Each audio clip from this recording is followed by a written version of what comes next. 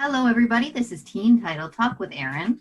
And Courtney. This is the podcast where two librarians discuss two YA books every 2 weeks. Today we'll be talking about The Good Luck Girls by Charlotte Nicole Davis and Elysium Girls by Kate Pentecost. But before we do that, we have to chat about a few things. So first off, we're going to just quickly talk about the state of libraries. We're about 6 months into COVID. Is that right? Something like that. Okay. So how are we doing? Are you guys opening up at all?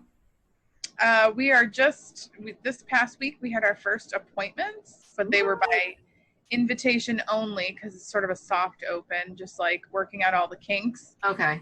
And we're going to do that again this coming week, and then it's going to be appointment extravaganza. So that's what we're doing. Nice. And we have we're kind of staying steady with that. We've opened up for appointments we've been doing for weeks now, and we do computer usage appointments, and we also have grab and go appointments, so people can come in for 1 hour to grab books or 1 hour to use a computer. And it's been going well. It's just enough where we can keep it under control and not have to worry too much about there being tons of people in the building, and a lot of the seating is gone. How many people do you let in at the same time? I actually only tally for the computer use, and we only allow 4 per session. Gotcha. Because that way we can have everybody spaced out really well and not have to worry about them running into each other. Yeah, that's a good plan. Yeah. So it seems to be going well. I don't foresee us doing a lot more. We're planning for the fall for programs, and we have online programs, and then I'm playing around with having like 2 very small things in the park, but it would be very low registration, outside, masks, and having everybody be able to be near each other, but plenty of space. You guys are lucky because you have that nice park right there. I know, we're right up against McGregor Park, so make things good, and the weather's still nice, so hopefully some of that works out. I hope so. Yeah, I'm hoping we can do some outdoor browsing stuff, but I'm not sure if that will really happen. Oh, that would be cool. I think that would be fun, like setting stuff up outside and have people pick books outside. That way we don't, because our library is pretty small, and the ceiling is pretty low, so just like air wise we don't have as much like airflow as maybe some other bigger buildings have. Right. So we're limiting it to like 6 people at a time in the library, and so you can't really get that many appointments in, so really only like 30 or 35 people can come to the library a week. Right. Which is not very many. No, it doesn't feel like a lot. No, so on a typical day you might have like 400 people in the library, throughout the day. Sure. So 400 is kind of a lot maybe, but maybe 200. Yeah. So 35 is for the whole week. That's not very many. No, not at all. Great if we could get something outside where people could just like come, not need an appointment, and just like wander around and look at books. I think that would be fun. Agreed. All right, let's do some teen angst questions. So, as a teen, did you ever read your books, parents' books, or take recommendations from them? How were the results? I did, actually. I remember my mom had a copy of Gone with the Wind that she highly recommended I read, and I did. I read that in like 7th grade. Okay. And now, it's viewed as highly problematic, and indeed, I would argue it is highly problematic. I don't see you loving it today. I loved it. I loved it because it's high drama. Okay. Soap opera, and it just goes on and on. So, like, super long. It's extremely long. But I just gobbled it all up. And I was like, Scarlett O'Hara? She's an independent lady. She's doing what she wants in Civil War times, or whatever it was. I don't know. It was like, I think you're right. Although it's been a long time. I think I probably read it in high school too. Yeah. Interesting. All right. I think I read, there were a couple. I know I read Bury Your Heart at Wounded Knee. No, Bury My Heart at Wounded? Bury My Heart at Wounded Knee. Yeah. But I think it was just like, I knew it was a leftover from them and I picked it up because it was just in the house. And then, but one I did read that Mom gave me was a romance, and it was a Kathleen Woodiwiss, that was the author's name, romance. Apparently she was... Was it steamy? I don't remember. It probably was.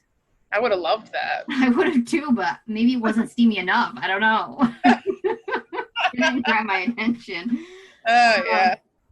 But yeah, there were a couple others like Clan of the Cave Bear that we had just sitting around, and I read that one and I enjoyed it. That was also a recommendation from... Oh, that's about like cave people, right? Yeah, I think so. Wow.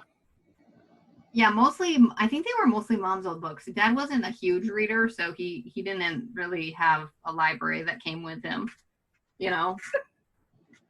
Isn't that interesting? Their lives before they came together and made a family, and then, you know. Who knows? It all merges. Thinking of your parents as individuals. It's interesting. Oh, I know. All right, here we go. So I heard that you found your high school journal, which means that we can finally go back around to, I want to hear what's in it. Oh, it's full. I mean, honestly, I've been reading through it and it's much more formal than I recall. I love that. Like you were documenting your daily life kind of thing. Yeah, just daily life, but I say like I always write Dear Journal, and I write things like how are you, which it can't respond, but that's okay. Here's an but don't you, I mean, maybe you're just checking in. Oh, here's one from senior year. Dear Journal, they're in. My applications are finished. Yes. Pass them in. Now all I have to do is wait. I want to know what's going to happen to me. I was just watching Fantasia 2000. They played Pomp and Circumstance. I almost cried. Oh my God. I know I'll cry at graduation. It's the end of my life as a carefree kid. Oh. Not that I'm actually carefree, but still. I love my school. I don't want to leave. I don't want to be a senior. I hate growing up. You know what? I love this because it's like nostalgic. You're capturing exactly how it feels to graduate. In 4 years, I'll have a full-time job, an apartment, bills, and maybe a fiance to help me with the bills. 4 years? Did I think I was going to have a fiance by the time I was 20? Well, you would have been, wait, you said 3 or 4. Oh, boy. I graduated when I was 17. You're so young. I was 21 when I graduated. That was a tall order considering I had never even had a boyfriend at this point. Well, you were looking into the future. It's true. Oh, the next thing you know, I'll be dead. And then who will care what a young girl wrote in her journal in the early years of this century? Oh my God. Life meaningless? Wow. I had a lot of deep thoughts. I love it so much. And soon I'll be dead. Someday, everyone I know, everyone on Earth today will be dead. I've come to terms with it. Have you though, Court? Have you? I don't think I have. No. I can say it all I want, but I haven't. Wow. And then I drew a picture. No one can see this. Of me and my dream guy holding hands. Oh. Does he look like Pete? Not at all.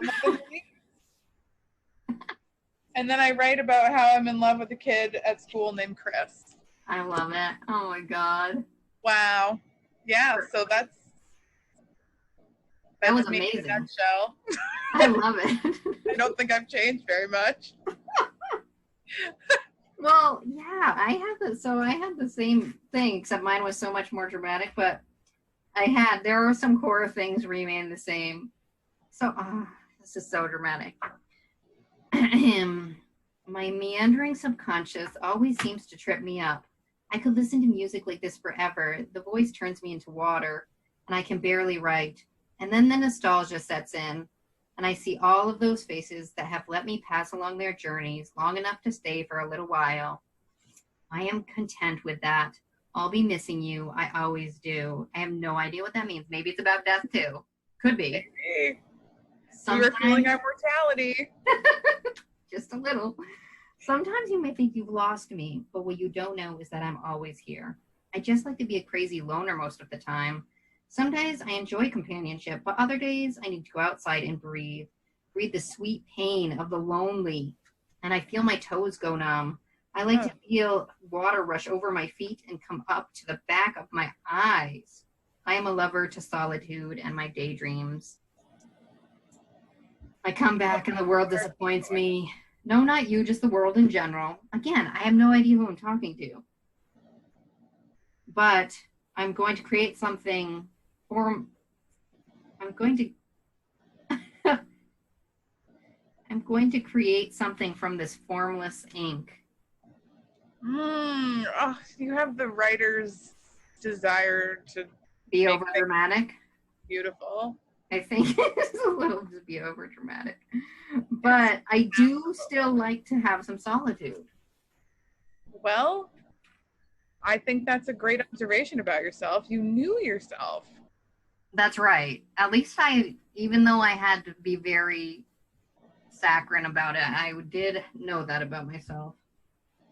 So that's cool. Pretty good, actually. That's some good self-awareness that you had there. I don't know. You were reading a lot of romantic poets or something. Oh, for sure. You know I was. You know I was. What's All that right. one? Love, love, happy love. I can't think of who wrote that one. I don't know. I was probably not reading that one. It was more like death, sweet, tragic death. But I still obsess about death. So again, that I feel like is obviously, so did I. Less poetically, but yeah. Clearly, like you know, some things remain the same. Let's just say. Maybe it's just part of the human condition. Is it though? Is everyone obsessing about death all the time? I don't know. I sure am. Like, how much can I fit in before I die? I don't think everyone is. It might be a problem. Yeah. I want to be one of those people who doesn't, but you know what? I can't change myself. Me neither. All right, let's talk about some interesting, like, Western-inspired fantasy novels. Let's do it. So tell me about Elysium Girls. Okay, so it is kind of a frame story. In the outer frame, you have these like three deities: life, death, and then the mother of them both. And they're all sort of like female goddesses. Mm-hmm. Life and death are playing a game to see who is the most powerful. Mm-hmm. And, you know, it's something that sounds sort of mythological in proportions. No. Yeah, I guess so. And so the humans are the pawns in this game. Each side, life and death, have a wild card, which is a pawn, aka a person on Earth, right, who has the power to throw the game in favor of that one. But the twist is the person might not know that they're the wild card.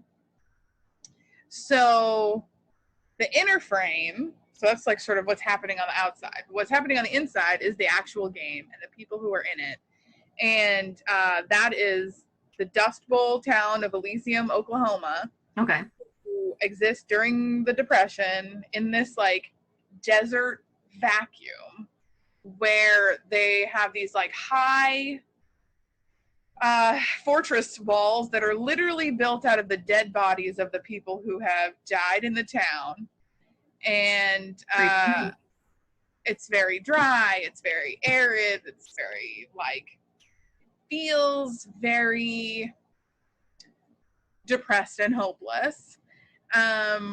which is so ironic because in Greek mythology, Elysium is a paradise. Okay. A heaven. So this city is anything but that.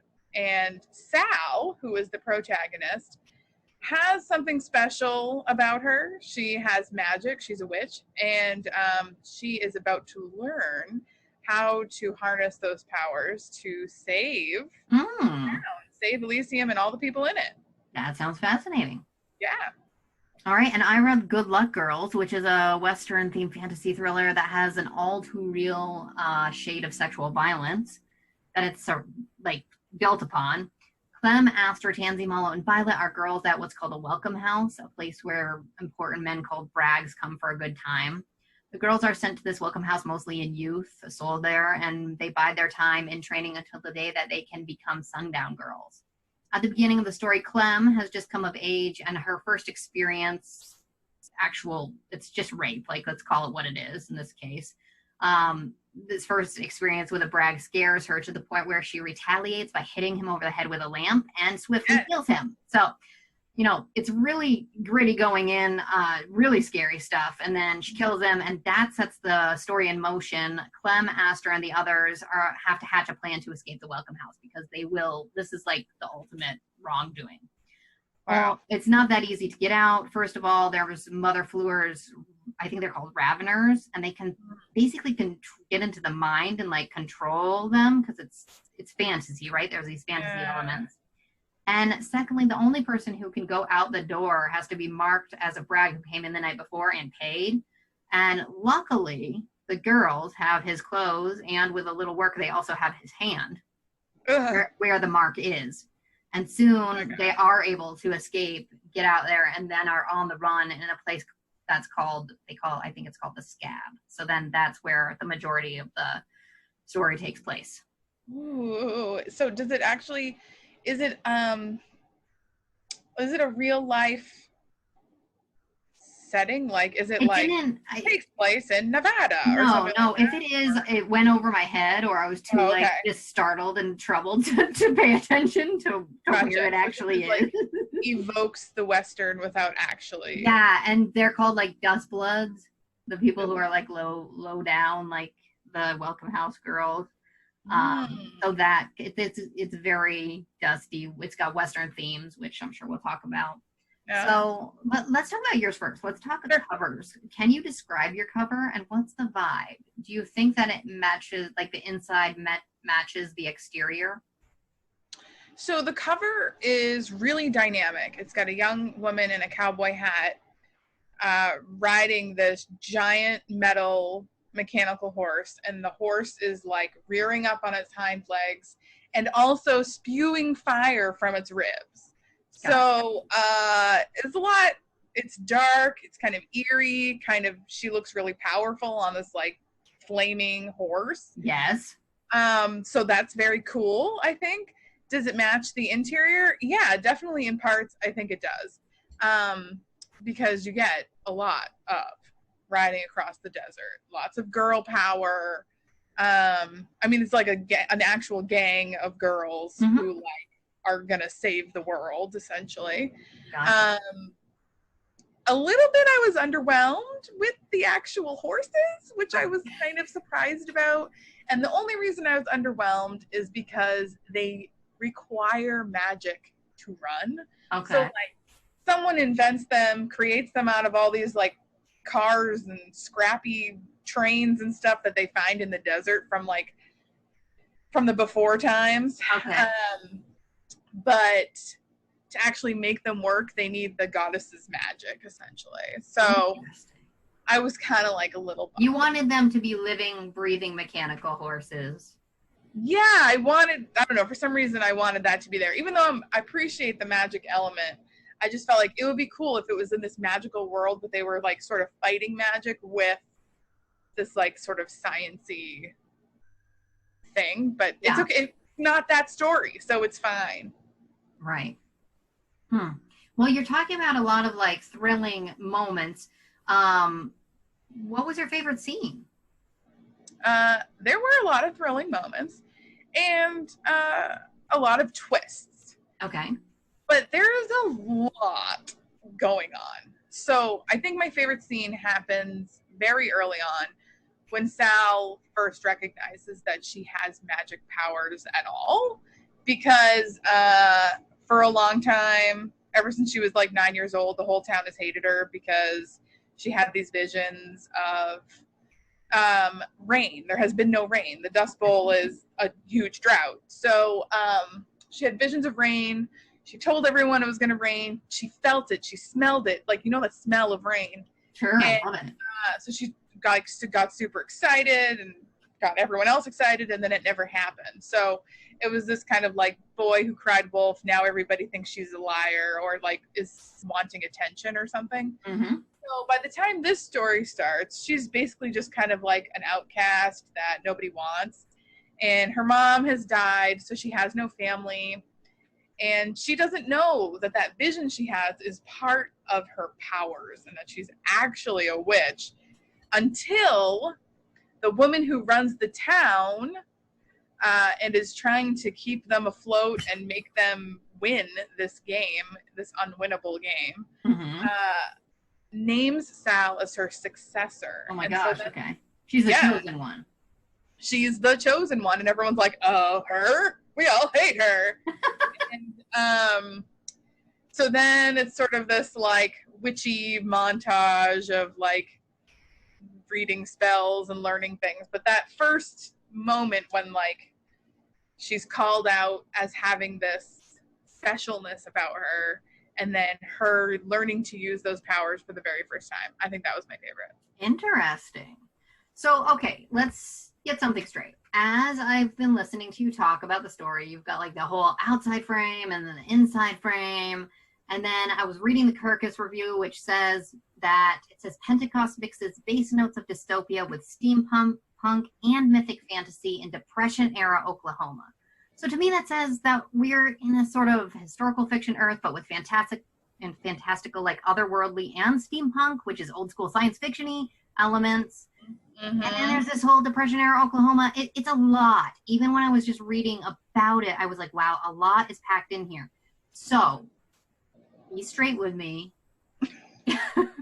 Always. Is it too much or just enough? Like, okay. Is there too much in this? For this reader, yes, it felt like a lot. Okay. Because you've got these goddesses, you've got these daemons and demons who are coming to Earth and like messing stuff up. Then you've got the Dust Bowl, you've got the Depression, you've got these mechanical horses, there's magic, there's witches, there's enchanted objects and spells. It kind of felt like, now this might make it sound really great to people. Well, for sure. For someone, this is like, it's awesome that there's so many. Right up someone's alley. And in fact, it gets wonderful reviews on Goodreads. Okay, beautiful. So like, it reminded, so there's this, as the game is starting to come to an end, because there's a 10-year period, and like at the end of these 10 years is a judgment. Mm-hmm. So apocalypse, judgment day. And as it's coming, like the world is falling apart. Literally, the nothing is coming and is just, there's holes in the world where things used to be. So it feels like the never-ending story, in which that actually happens, meets the Grapes of Wrath, meets the sort of like Jesus Christian Messiah thing. Okay. Witchy stuff. So it's a lot. It's kind of like someone went to sleep, had a crazy dream, woke up, and just wrote every single thing down and decided to keep every last part of it. Okay, gotcha. Wow, I gotcha. Yeah. Huh. I definitely think this book will find its readers because the characters are really strong. Okay, cool. They're like Sal, goes from this like sort of timid, mousy, nobody really likes me kind of person to this like really powerful witch who ends up having really good ideas and saving people. So that's really rewarding, her growth. And so that's always fun. There's fun twists. It's very historical feeling. So I think people who like historical fiction but are willing to delve a little bit into the fantasy sort of magic realm will enjoy it. Okay, gotcha. Ultimately, for me, it just felt a little bit like a lot. Gotcha. Well, it sounds like it definitely will find its readers. Can you think of any other books that you've read in recent years that would be like a good read-alike for this? Maybe not having as many elements, but definitely something that they could read alongside it or after it? Sure. I think that the Clockwork Angel series by Cassandra Clare would be a really good read-alike. It's like really steampunky with demons and magic. I mean, it's basically just that takes place in London. This is in Oklahoma, but I mean, I think you could still like it. I totally agree with that. For adventure wise, just like people, because it does have that sort of like adventure feeling where like you leave home, learn something, come back, save everybody. I think Seafire by Natalie Parker would be kind of in that zone, which is one that I read last year. Yeah, I remember. And I used to love reading historical fiction, and I haven't really done it in a long time, but I think Out of the Dust, which is more of a middle grade, but I think it's pretty heavy, and teens would still find it compelling, especially younger teens. For sure. That's by Karen Hess. And that one gives a good picture of what living in the 1930s was really like. Yes. And so I think that could help sort of round out, if you're interested after you read this, in learning more about the Dust Bowl and just like life in general. I think that would be a good choice. Gotcha. Very good. Well, thanks. Yeah, no problem. All right, let's talk about Good Luck Girls. Yeah, let's talk about it. Also, let's talk about the fact that the word girls is in a lot of titles these days. I know, loving it. Yeah, it's really great. So, all right, so you have yourself a Western-inspired book, and the description says Westworld meets Handmaid's Tale, which honestly has me completely terrified and also very interested. Mm-hmm. Would you say it's a good blend of dystopian robot Western and dystopian post-feminist nightmare? I mean, I'm going to say definitely feels accurate for, I don't know Westworld, so I can't answer it very well. I've never seen Westworld. I've only heard about it through other people. Gotcha. So what is Westworld about? It's the future? So my belief is that Westworld is kind of like almost like a theme park with these like animatronic but extremely lifelike robots that like pretend to be in the Wild West, but then they become sentient and then they're really people even though they're robots. Okay, and gotcha. They, like kill each other or whatever. Okay, I could see that. That feels accurate. So with Handmaid's Tale, then the idea of the like dystopian post-feminism nightmare, 100% yes. In this case, I don't know if it would be considered post-feminism or just anti-feminism. God, if I could speak, it would be so helpful tonight. But there are very real shadows of actual trafficking situations in this book, and that the girls are controlled with drugs by dangerous people for the pleasure of men, and their actual agency and the amount that people think that their life is worthwhile is very little. And then there's this fantastical element that makes it extra terrifying because the control comes from some seriously dangerous magic. So you have this like, violence and hatreds toward women in this world where there's this very dangerous fantastical magic. So there's that heavy dystopian, anti-feminist feel.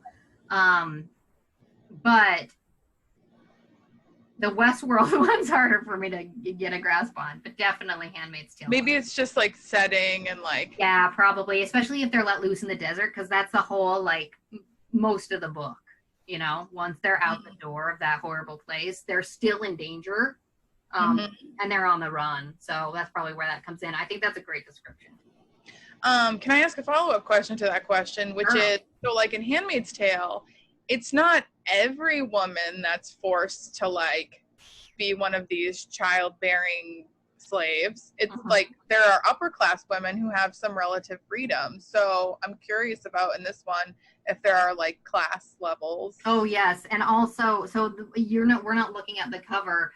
The Dustbloods in this case are black, and so that adds another level of racial inequity and class. And I gotta tell you, at the beginning, it made me so uncomfortable and scared because the brag was white, and I was just, the power dynamic was horrifying. I was horrified.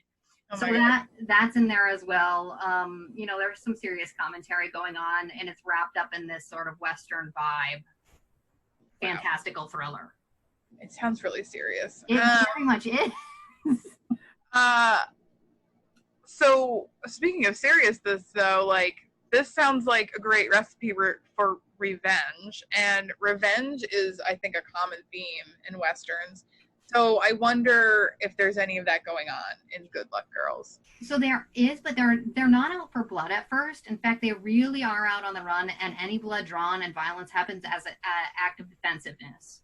So the wild frontier vibe is there. You're not sure who has the power in each situation, and there are some who play by their own rules for sure, which I think is definitely a Western theme. Lawlessness is certainly at play. And then it comes into play. Revenge comes into play later, but I don't want to give too much away. Long story short, it has all the makings of a Western. But I have not read a ton of Western. It feels like it has like every element you would want in a Western. All right, well, that's exciting. Some vigilante. So one thing I've been curious about a lot lately is family dynamics, especially as we're all kind of,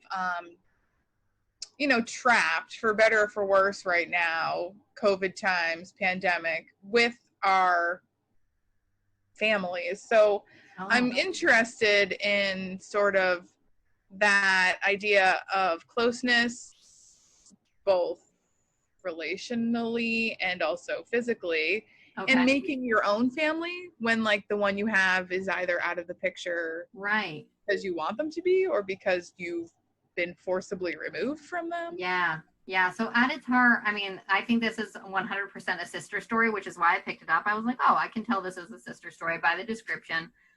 Clementine and Aster are actual sisters.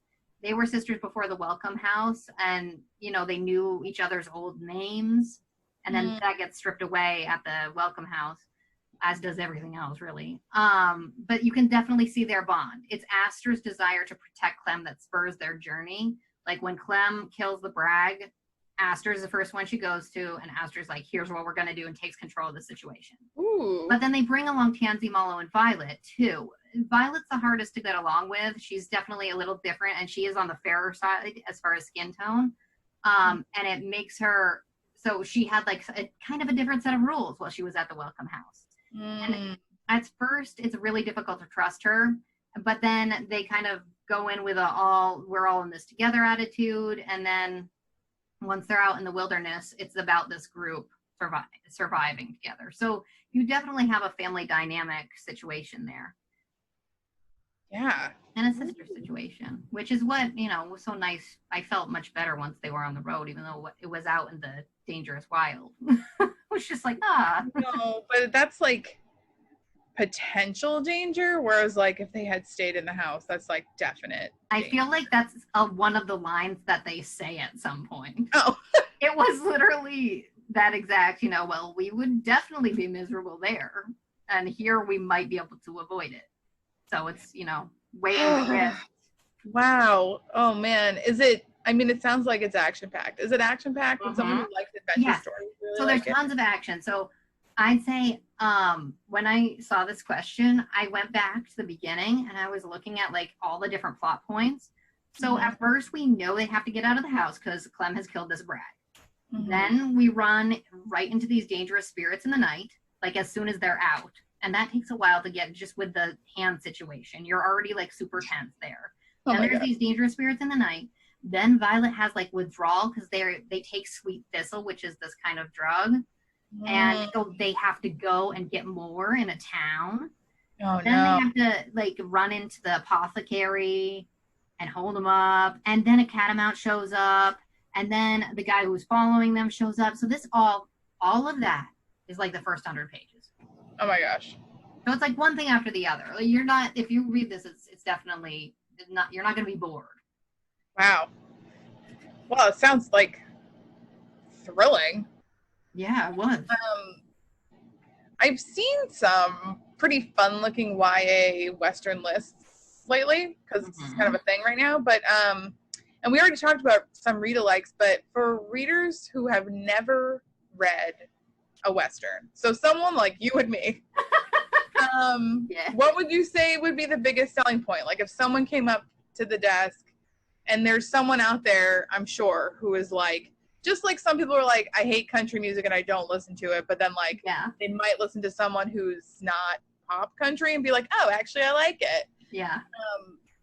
Like, is this that situation? Yeah, I would say that it takes its inspiration from Westerns, but it has a lot of unique fantasy elements. So I think it would be a great choice for anyone who likes fantasy, magic, dystopians with interesting settings. I mean, that's easy, right? There's tons of fantasy readers who would jump on board for that. Absolutely. Ultimately, the Western vibe comes from the territory. So I wasn't particularly drawn to Westerns or country music, to be honest, but I'll listen to some. And I thought it was a very fast-paced, interesting fantasy with high stakes. And I think anyone who likes that kind of, race to and survival story might love this. Ooh, yeah, survival story. So no John Wayne here. No. Thank goodness. All right, so we made it quick. What are we going to read next? Oh yeah. So up next, we're just doing whatever we want. Ooh. So what's your choice? I'm reading We Are Not From Here by Jenny Torres Sanchez. Nice. And I'll be reading Where Dreams Descend by Janella Angeles. Listeners, don't forget to join the conversation by answering the questions at the beginning of the program. Those were, what's your life like right now? Are you in libraries at all? Have you been making appointments and going to visit? Or if you work at a library, we'd love to hear what you're up to. And did you ever read a book based on your parents' recommendations? What was the result? Also, if you'd like to send us a little excerpt from your diary, that would be absolutely lovely, and we would love to share it online. Please feel free to email us at teentitletalk@gmail.com. Thanks for joining us for Teen Title Talk.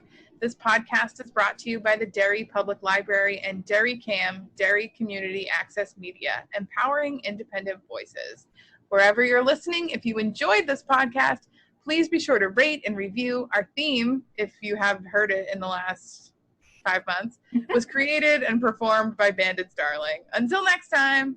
Bye. Bye.